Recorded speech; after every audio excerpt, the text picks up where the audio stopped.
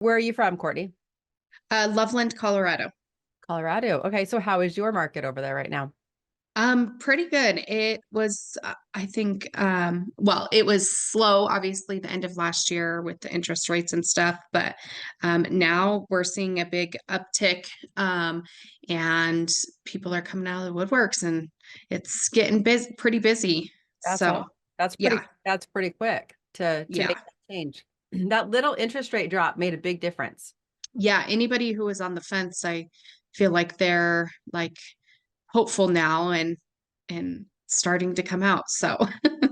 That's really great. That's really great. How long you been in the business? A year and a half. Okay. So pretty new. Pretty new. Yeah. So what's your journey been like so far? Um, it's been slower than I anticipated. I came from kind of corporate America, so I didn't know what to expect. And with with the interest rates last year, it was slower than anticipated. I kind of came in with a big goal and dream, and so it was slower, but it's been great. I'm with Remax Alliance in Northern Colorado, and or they're all the way down to Denver, but the brokerage has just been amazing, and I wouldn't look back with my career change. I've loved every second of it, so it's It's nice been not to work for someone else. yes, it's been amazing. Awesome. Well, welcome. Welcome, Thank welcome. you. We have a quiet group today and no one wants to ask the coach a question. So I'm going to teach you something if no one wants to ask me a question. I have something very interesting actually that I'll share with you. And that would be great for the podcast listeners. Welcome, Todd. Is he on there? So really interesting. I was thinking about metrics this last couple weeks. And when we think about metrics, we're thinking about how we're tracking our progress, right? When we think about metrics, we're thinking about things that are telling us, like a metric to me was always something that was going to tell me how I was doing. Would you agree with that? That's what we look at metrics for, right? So it's like, okay, if I'm going to look at, like if Courtney's going to look back at her sales for the last year and a half, you're going to look back at your sales and you're going to be like, okay, so I did X amount of sales. That means that I'm successful, or that means that I've made it, or that means something. We're making our metrics mean something, right? And I want to flip that on its head just a little bit. I'm going to give you an analogy to kind of change the perspective on the metrics. So one of my odd goals this year that I'd never done before in my whole life was to not get on the scale. Sounds really weird, right? And for some people are like, I never get on the scale. That's easy. Well, for someone who's been getting on the scale since they were about 15 years old, every single day, the scale was a metric for me. I would look at the scale and the scale would tell me how I was going to feel, or the scale would tell me how I was doing, right? That's what I was looking at. So something very interesting has happened so for a whole year, I'm not going to get on the scale. And literally within the first week, I started to recognize some very interesting things that my brain was going through. The first thing was that need to get on the scale was actually just a need for some sort of validation. It was me looking outward to have something tell me that I was doing good or that I was doing bad, right? And we do that where we may go ask our spouse, we may ask our boss, we may look to somebody else, we may look at our numbers. We're always looking for something external. And that external thing, while data can be great, a lot of times that external thing is something we're looking for to drive our emotions. We don't know that it's doing that, but that's what it's doing. So if we're looking for something else to say, yes, you're doing great, well, then I'm going to have a great day. Then I'm going to feel good about myself. Then I think I'm going to be doing something great today, right? If that external thing says you're not doing great, then all of a sudden I'm going to feel like garbage for the day because, oh, I'm not winning. It's not working right. It's not working like it's supposed to.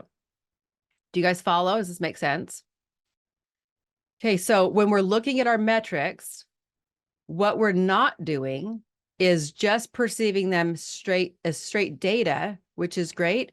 But separately, we need to determine how we feel ourselves. Now, that's a very hard thing for some of us to separate. For me, it's a hard thing to separate. So I'm going to have to decondition myself or recondition myself to not look at something external to tell me, how does my body feel? How do I feel today? How do I think I'm doing? Did I make great food choices? Did I move my body enough? Looking at that. So the reason why I bring this up and what it has to do with our business is when we look at, let's say, rejection, and we're doing something and someone tells us no. So we make that cold call. We put ourselves forward. We try a marketing idea. We do something different. Okay, we jump out there, we put ourselves out there, and to us, we're like, oh my gosh, we come in with all the energy and I'm going to put myself out there and it's going to be amazing. And then you don't get the reaction that you're looking for. And then you let that dictate the way that you feel. And then you don't want to do it again because you're like, oh, I didn't love the way that felt. Therefore, I'm not going to do it again. Is that okay? I'm getting a head nod from Evelyn. Thank you. It's helpful if we're on the right track. Okay, so breaking that pattern, we have to separate those two things out. So realize that the way that we feel is completely created by us. It's created by the thoughts that we're having. So the thought of, if I get rejected, you can either have a thought that says, guess that person didn't need my help, and I'm going to go try to find the next person. And maybe I'm going to check out my game of how I presented my information. And is there any way I can level up? That's the path that we take. That gives you a positive result instead of the negative result, which is I was rejected. Oh my gosh, I suck. That didn't go the way I wanted it to. Therefore, I'm not going to do it again. Right? It's hard to continue in this sales business when those things become something about us. Okay, so if you are the type of person that's in that pattern where you're looking for someone to externally validate or tell you how you're going to feel, I know that you don't think they're telling you how you feel, but they are, right? You're taking it that way. So if you are that type of person, I would encourage you to not give weight to anything outside of you. So just like it's very easy for me, black and white with a scale, of course, to be like, I'm not going to get on the scale because I can't handle right now that scale giving me a number. Because to me, it means good or bad, right? So then I start to focus on the activities that I'm doing. And this brings me to my next point. So the thing that we need to focus on is what activities are we doing? How are we spending our time? What's our momentum? What's going on in your business? And where are you putting time? And the metric that would be great to look at is how much time are you spending working on your business and making contact with people? That's something to focus on because that's something you can control. And that's something that you can increase and level up and become better at, regardless of what the outcome is. So that's when I always talk about we are chasing. So we make the goal, but we are chasing the activity. And then we are analyzing the results. We're not chasing the results. And if you always will chase the activity, that right there is going to help you increase your business because you will slow down less because you're not going to be stopped up by hiccups of things that didn't go the way that you thought they were going to go. Does that resonate? Does anybody have any questions on that or experiences that they want to share or struggles? Well, you can choose how your day is going to go. It's always up to you. It can go good or bad, and it's how you allowed it to be. Mm-hmm.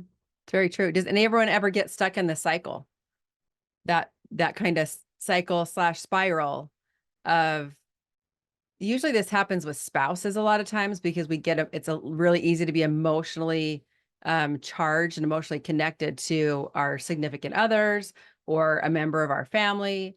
And then they have emotions, and then all of a sudden we have their emotions, and the whole house turns into this whole emotion pit, right?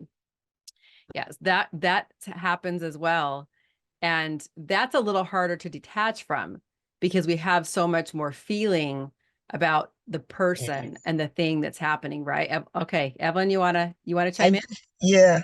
Yeah, I actually just went through that on the 16th.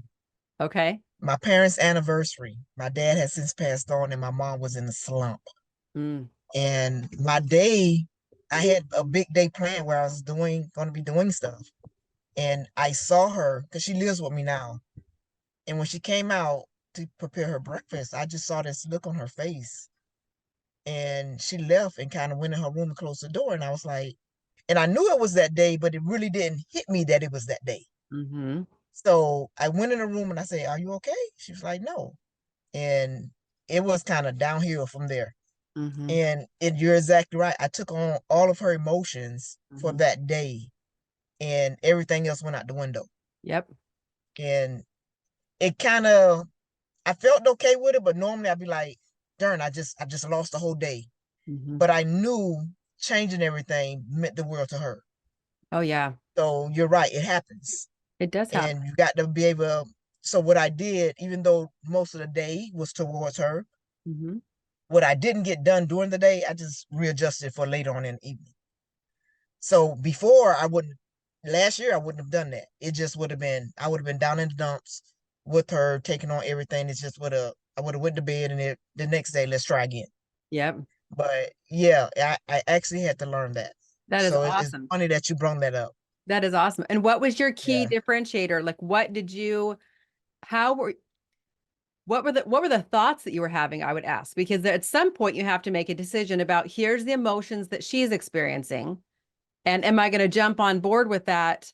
I mean, you jumped on board to love her and do things with her during the day, which is different than jumping on board and going to bed and being sad. Like, I mean, it's okay to be sad, right? If it's Right. the anniversary, And but that was me last year with her on my dad's birthday, his death, and everything was just like it consumed me, and I did yeah, exactly that. I took the whole day and it's just like moped around, went to bed. But this time I said, you know what? Let's change the whole dynamics. So what we did, we ended up going out, trying to. She didn't want to leave. I tried to get her to leave the house. She didn't want to leave the house. So what we did was I just basically cheered her up, pulled her out of that slump, as opposed to me sitting there in the slump with her. yes, love that. We yeah, I cooked. I went ahead and made her breakfast. Yeah, we got her some flowers. My husband and I got her flowers and stuff like, and just sat around the day just talking, reminiscing on stuff, bringing her out of, showing her the happy stuff, and Yeah, that she still has that life. As opposed to last year, we both would have just been down. We just would have been in the dumps and just, you know, I don't want to say having a pity party, but in our grieving yes, together, yes, which is still So healthy and okay. Like exactly. maybe that's how you needed to process last year. You said something really interesting, changing your physiology when you have, like when you're in that space or when someone you love is in that space, to try to help them up a little bit, right? Right, Changing right. those circumstances, changing what you're doing, that can help. What's also really interesting, we do this a lot with our children that I see, and guilty as charged, I had to learn this, Mm-hmm. where we don't want them to be sad. And Right. and so we may get frustrated or we start to maybe react to their emotions. And it's okay to be sad. It's good for people to process their emotions. And we're so quick to let people or to tell people, like, just stop being sad and quit moping and quit whatever and quit, right? We want them to Exactly. quit. And you know what? It's very healthy to process that emotion and to be sad for a moment. Now, if it continues on for a long period or multiple days, I always say if it's past 2 to 3 days, we're probably getting into like the depressed category a little bit, where we Right. need to take a harder look at it. But really, I had some rough stuff that I went through. And for 2 days, I literally did a little bit of crying, a little bit of walking, a little bit of Netflixing. So I was processing, and that's how I processed. And then I was like, okay, Monday morning, it's time to get back up. It's time to get back at it. I gave Yep. myself that space. And then you're able to move through that, which is very different than telling yourself, it doesn't matter. It doesn't affect me. I'm fine. Yeah. And we try not to experience that emotion. That becomes stuffing the emotion, which usually blows up at us later or causes us to end up in a counselor's office at some point, needing to, because we tend to stack those stuffed emotions and then we tend to blow up or implode or something like that, right? It usually causes some sort of issues later. So it's really great to process. So it sounds like you did such an amazing job, Evelyn. That's a great example for everyone about how to still experience that negative emotion, right? Which is okay and healthy, but then also to change your physiology a little bit, change your circumstances a little bit, so that you weren't completely depressed. Right. So experiencing emotion, but without such severe depression. So that's amazing. Thanks for sharing that. Just had a couple new people jump on. Does anybody want to ask the coach a question today? How's your mayoral duties going? Oh, goodness gracious. So I've learned I've learned so many things, but as who was I just talking to at the beginning now? Anyway, was it Courtney? It was Courtney. Not working for someone else is my jam. We'll just say that. So I've spent some time in the office, and a couple of the days, like 9 hours a day in the office. And I literally was like, this is not ever going to be my life. Like working for someone else. I now know how much I love my job, because that's rough. And you know, what's really interesting and what I love about real estate is, so for some people, nobody get mad at me because I said that's rough and that's not the way to go. That's the way to go for some people. Some people love the structure. Some people love the consistency. Some people love just that feeling of, you know, always being able to get that paycheck. It's comforting to them that they don't have to go out and try to find it. So that is perfectly great for some people. For myself, I see the flip side of it, and this is just always how my brain has worked. I'm always looking for possibility. And when I'm looking for possibility, I feel like there's a ceiling. It's like, okay, here's what, because someone else is telling me in a job, and this is probably why I always rotated jobs. We'll say rotated / I never held a job for longer than a year and a half until real estate. And it was because I would max out at my level that I could be at, and then I would get bored because I wanted the next level and nobody could give me the next level, right? It wasn't unless I wanted to go into management. Usually I was too young to know that, but I love being able to control my income. So it may be tough sometimes where you're like, okay, I can't control my income because the market's changed or I don't have enough business or something. So we have that on one hand, but on the other hand, you can control that. You can work harder. I can put in more hours. I can come up with new ideas. Like there's more things that you can do so that you can reach a different level of financial success. And I fully believe that that's in your control. And that is the power and the amazing part of real estate that we have, because nobody gets to tell you how much money you get to make. If I want to go make more money, move out of the way. I'm making more money, right? That's one of the reasons why I share my skills with other people, because I figured out how to push people out of the way and go make more money. Little aggressive, a little competitive, sure. But there's so many people who struggle making money. And when I come to you and I'm like, oh, but it's easy, you can do this, right? It feels not easy sometimes, but there's definitely things that you can do. Todd's in my coaching group. So Todd's starting to learn, like there's things that we can do, right? To level up. We're doing this crazy. Oh my gosh, we're doing this. I call it crazy, but not crazy. We're doing an amazing new marketing technique inside our academy. And I was speaking with my sister, throwing her under the bus just for a second. So I have two sisters, older and littler, and they are younger, and they both are in real estate now. And I've trained them both what to do, and they both make really good money. One's in Texas, one's not too far from me in Boise. Anyway, so my older sister tends to listen to my crazy ideas pretty well.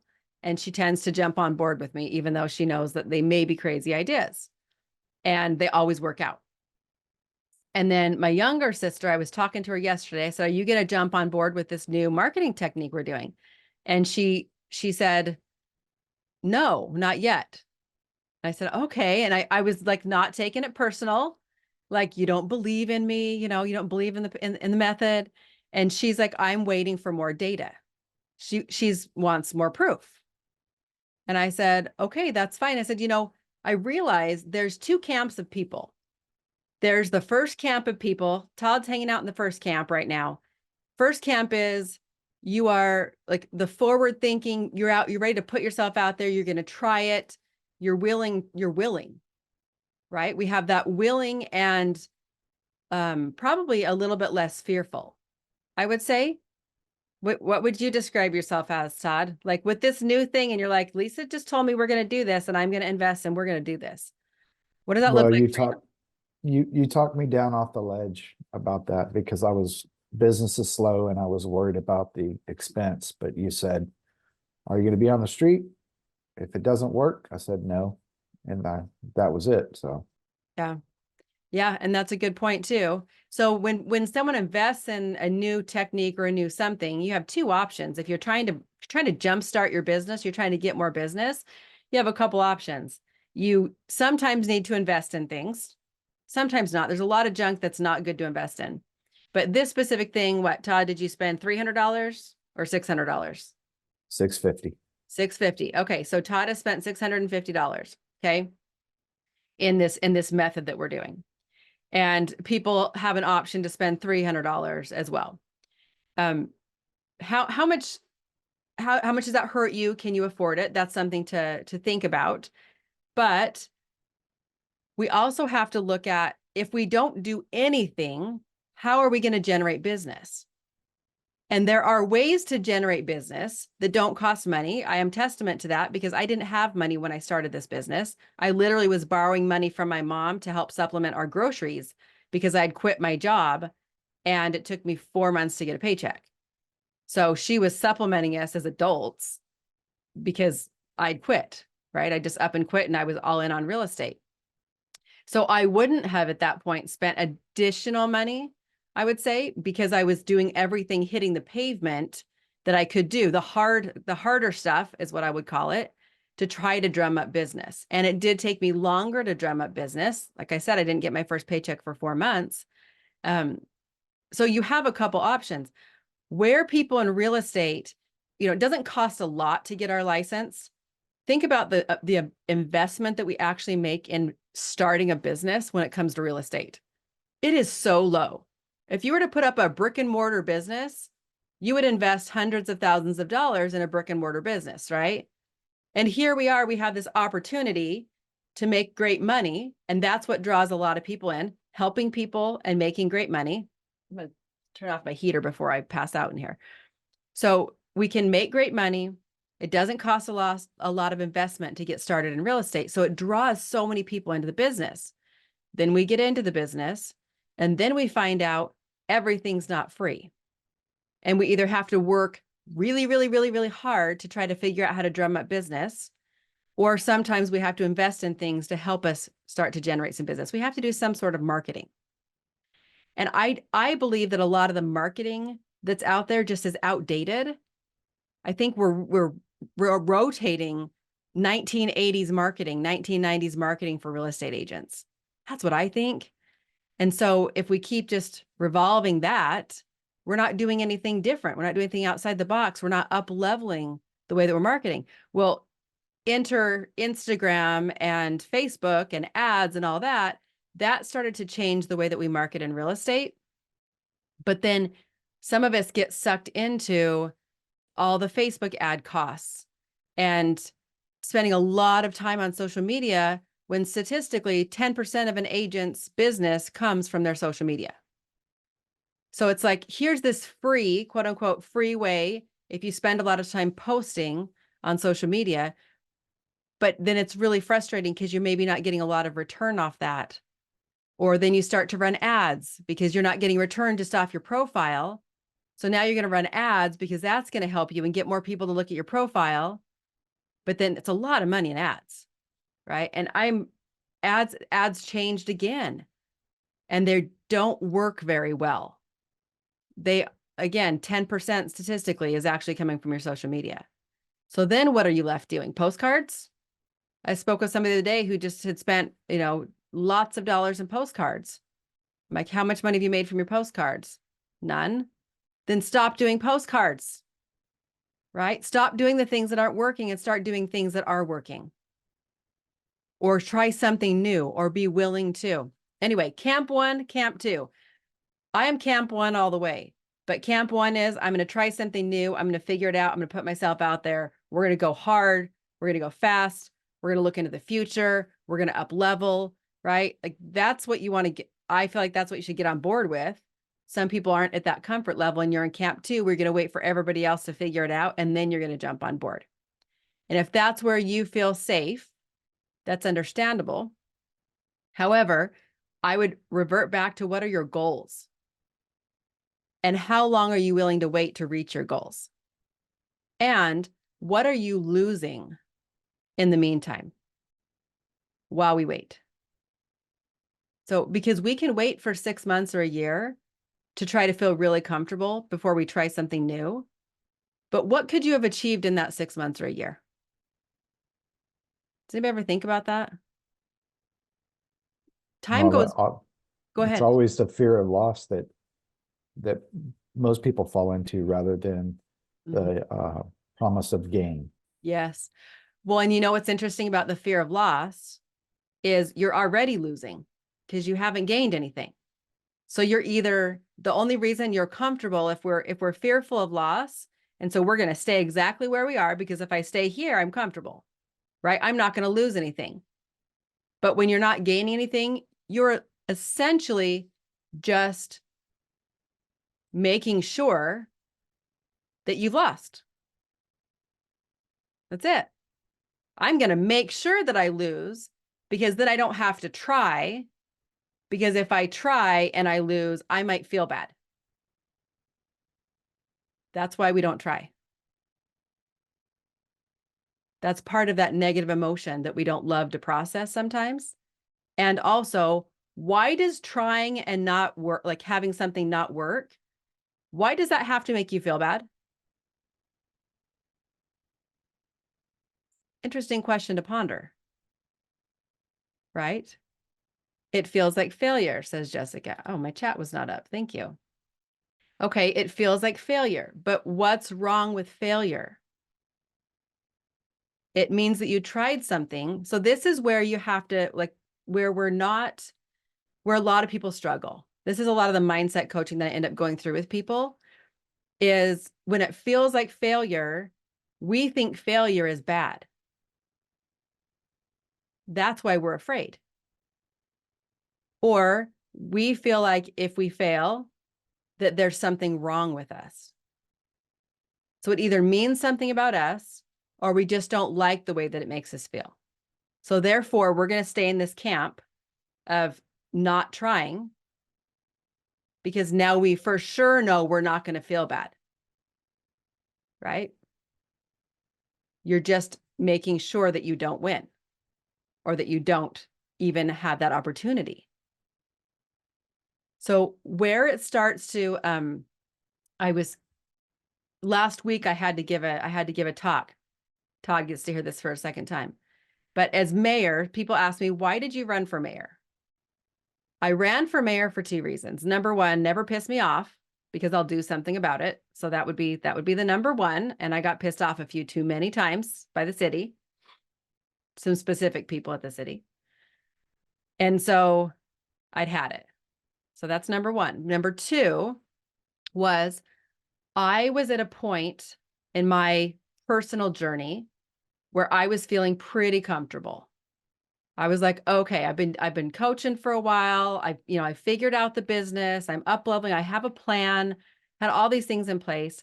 And I personally needed some growth. And personal growth to me looks like feeling uncomfortable.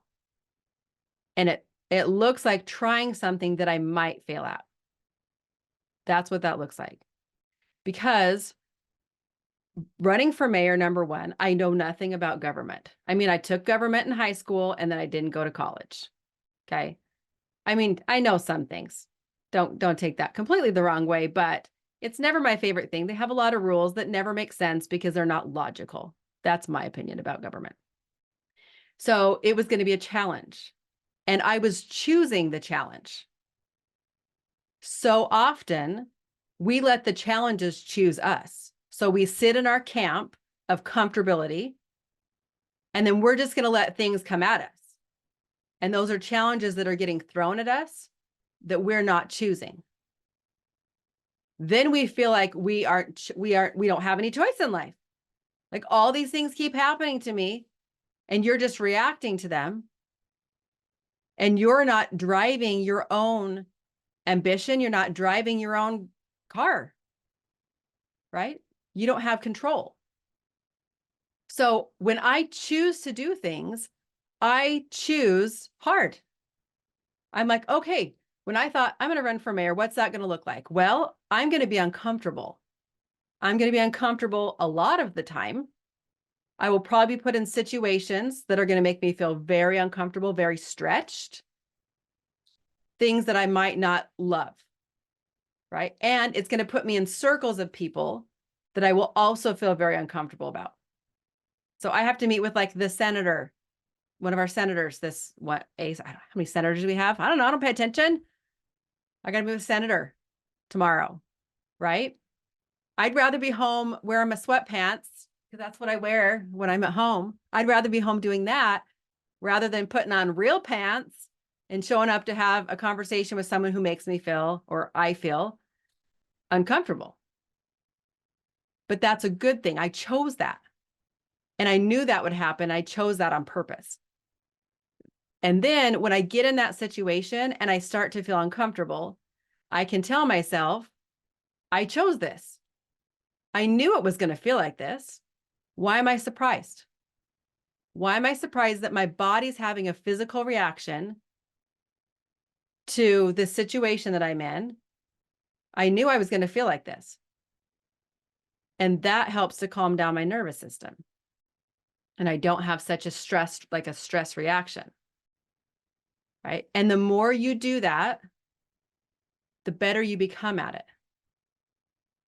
Then when you want to jump out of the gate and do something that seems hard, you're like, oh, I just did this other hard thing and I survived that. Now I can do the next hard thing and I can survive that too. Right? That's how we start to step ourselves into greatness, into becoming better one day at a time. So feeling like failure just means that it didn't go the way that you wanted it to go. It doesn't mean that you're a failure. So here's where you separate, Jessica, you separate, and this is everybody, you separate out the thing that failed versus you, right? So if the thing fails, that doesn't mean that you are a failure. And we love to put those two things together. Does that help? Or would Jessica love to unmute if you want? Oh, there's your cute face. Yes. Yeah. Yes, it does. Yeah, that helps. Because I lumped those two together. Yes. Yeah, it's just the thing that you tried. Yeah. Separate from you. You're not a failure. You can't, that's not even a thing. Mhm. People I do say, have a quick question. Sure. So I started to hear you explaining something and then I had to take a call. okay. So I hate to do this to the group. So you were explaining about your two sisters Mm-hmm. and the new thing Yes. about, and then I had to step away and you were saying you have a new approach and you were saying one sister was like, not no, but heck no. And your other sister was like, when do we start? Yes. And I didn't hear the end part of that and I apologize. Oh, it was probably long-winded, if anybody wants to jump on board with that. But it's literally that place of comfortableness. Mhm. You might have to go back and watch the replay to get the whole Okay, version of that, because it was a little bit longer. okay, But there's nothing wrong with either of them, right? There's nothing wrong with either. Yeah. I'm just gonna leave it at that, and you're probably gonna okay. have to go re-listen to that. I'll have the replay up soon. But I not like dogging my sister that's in Camp 1 at all. Because there's a lot of people in Camp 1, there's a lot of people in Camp 2. And as I was thinking about this after I'd had the conversation with her, because this was just yesterday that I had that conversation, I said, how come you haven't jumped on board with this yet? And are you going to? And she's like, no. And she was trying not to hurt my feelings. It doesn't hurt my feelings. But she's like, I'm going to wait, talk to my husband. I'm going to wait for more data, see if it works before I invest in it. I'm like, okay. And that's okay. And then I just kept thinking about that. And I was like, the first initial reaction that I had, which this is very natural, man, like normal, was my sister doesn't believe in me. That's the first thought I had, which is pretty normal to have that thought. And then I thought, wait a minute. It has nothing to do with me, right? My sister just isn't comfortable and isn't willing to try this thing yet, right? It doesn't mean she doesn't believe in me, but it took me about, I would say, a good half hour to get past that thought. And I had to just be aware of it. Awareness is so huge in what comes to us at first, and then really questioning the thought we just had. Anyway, so beyond that, then I also thought, why am I have people say to me, like, I can't make money like you, Lisa. I can't sell houses like you, Lisa. I can't, like, I get that all the time from people. Like, there's some special thing going on over here that other people are not gifted to do. That's completely not true. I would say, though, in building a couple very successful businesses, I am definitely willing to try things. And if I was not willing, if I took willingness out of my formula, out of my life, and I went back to when I first got my license, number one, I might not have even got my license. Okay, because I wouldn't have been willing to try all these hard things and try to figure it out. Willingness is the most important thing. The other thing is, any of these crazy things that I've done, which I like to call them crazy, but any of these things that I've done in approaching builders, in approaching developers, in pitching myself to people for certain things, in starting a coaching business that wasn't even like, what? That's not one of my life's desires that I even had to start with. But I was willing to take that next step and figure out just the next thing for me, and being willing to do that, and willing to do that without worry, or regardless of, I guess I should say, of what might happen. Because I will tell you personally, when I moved out of, like, when I got to making $1 million in real estate, okay, and every year I just keep making more money, right? So I'm making $1 million in real estate. And then here I am starting this brand new coaching business. And I literally was thinking, this is how my brain thought. It's like, what if I blow up my real estate business and coaching doesn't work and then I'm making no money? Like, what if I abandon real estate? This was probably about a 1.5 year struggle that I had, resistance to this. It's like, I built this thing. I'm making $1 million a year. That's freaking amazing, right? And I'm going to abandon that so I can go start this other business that's really hard, and I don't know how to do it. And how are people going to come, and how am I going to find people to coach, and how am I going to help them? I mean, all those things, right? It's no different than you guys abandoning whatever business you were doing and starting real estate. And then you have to be like, am I screwing up? Is this the right idea? Is this the right plan? That's all very normal, like, thought process that we go through, right? And one of the key things I realized is that I just would listen to what was next for me, what felt right and good. for me. And I would take that next step and I would be willing to take that next step. And then I would just take the next step again. And knowing that every next step was uncomfortable and hard, and there was a little bit of fear of failure. But fear of failure is normal because I've never done it before. I mean, that's it. Like I threw my first conference last year and it was like, what if nobody shows up? I guess we'll have a really good party with nobody there that cost me $45,000. I mean, honestly, but just the next, like, what's the next step? What's the next step? What's the next step? And being willing to take the next step is so important. And there will be, I promise you, a time when after you keep taking those next steps, where you're going to get into the land of comfortable with that hard thing, where comfortable becomes normal, or not comfortable, hard becomes normal, right? Because we just know, oh, I'm going to do this next step and it's going to be hard, but I'm so good at doing hard things. And then just take the next step. And that's what I tell myself. That's my internal dialogue is I am so good at being uncomfortable. I'm great at it. And I'm going to master being uncomfortable and I'm going to feel it. And it's in my body and it's in my head. And I know what that feels like. And it's going to be my friend. Like I'm going to be the best uncomfortable person out there.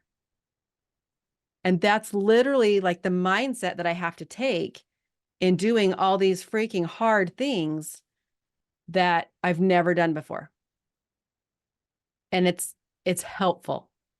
Let me just tell you, it is so helpful for me. So try it on. Steal my thought if you want, that you're good at being uncomfortable, good at trying hard things, good at doing stuff you've never done before. Yeah. What do you have a comment on that, Duska? Or do you have like a scenario or a thought or something that you've struggled with? No, but I have another question. Your workshop 1 and 2, are those, do you suggest they're taken in order? And is there a prime candidate for workshop 1 and workshop 2? What do you mean by workshop? I think that's the terminology that you were using Oh, about Camp 1, my Camp 1 and Camp. camp. Sorry. Oh, got you. So inside the academy. So if you're inside my coaching group, so you either came into me through the academy or you come to me through your broker. If your broker pays for my program, and we are working on a high dollar marketing system. So something that we're iterating, like we're doing together, kind of came up with the brainchild idea, and then we've been mastering that idea and we're getting ready to execute on it in the next few weeks. And it is to literally, like, the goal and the challenge is that everyone inside my academy is getting $1 million plus listing. That is the plan, right? That's the challenge that's thrown down. And then, I mean, that's like super high level, right? But then this, as we tweak it and it works amazing, because it's going to be working amazing, will help you get listings. Because trying to find buyers is like needle in a haystack, right? Like it's like that perfect storm of talking to someone or walking up to them or, gathering their information or whatever, meeting them at the exact right time that they're ready to buy a house. But this way, we're actually going to be marketing to people that we know are wanting to sell their houses, and we are up leveling our marketing.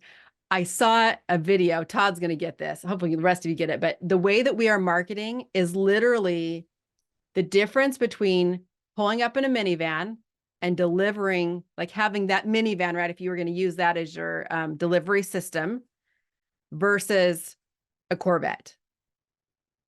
Like we are going the Corvette route instead of the minivan route. And everybody's been going the minivan route. And we are up leveling to Corvette.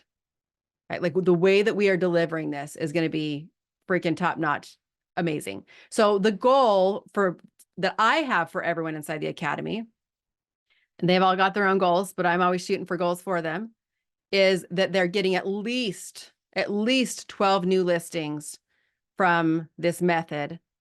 And then beyond that, those listings are going to have to buy something. So nearly 100% of listings have always had to rebuy, maybe call it 80% to be safe. So maybe 10 out of the 12 will have to repurchase. Now you have 22 transactions for the year from this one method. And then you hold some open houses during your listings and you grab some buyers who also have something to sell, who also need to purchase. And now you're multiplying your business, right? We're multiplying our business. It also helps. I had somebody mention yesterday that they're a neighboring state to where the lawsuits just got settled, or won, I guess I should say, about the buyer's commission situation. And they are starting to see 0% for buyer's commission on some of the listings. So she's like throwing up her hands like, oh my gosh, now we're just not going to get paid. What's the point? We'll navigate it. It's just the thing that's next to navigate, right? But also, that's why it's even more important that we're marketing toward listings and not just trying to run ads and find buyers and pay for leads. My opinion. So this is strategy for the year. So anyway, so yeah, the camp one of people is the people that are like, I don't know, Lisa, do you really think this is going to work? I'm going to wait and watch and see.